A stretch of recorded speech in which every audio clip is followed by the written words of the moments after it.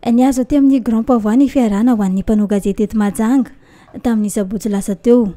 Ho toy ny fankalazana ny 3 volana Mey, andro maneran-tany ho an'ny fahalalana ny asa fanaovan-gazety. Nafinaritra ny fiarana ho an'ny rehetra tonga taty an-toerana ary dia samy nahazo ny fahafapo, fahafinaretana ary hafaliana na ho an'ireo ankizy kely zanaky mpanao gazety azy. Dia naneho ny hafaliany toy izao hita amin'ny sary izao ny santionany.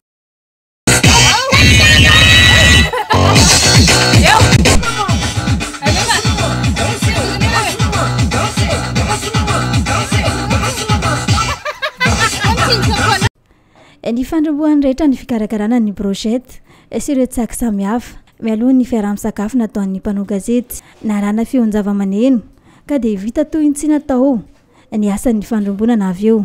Dia ny faranana tamin'ny fiarahana miala hetaheta sy sakafo iarahan'ny rehetra ny lanona am-pifaliana.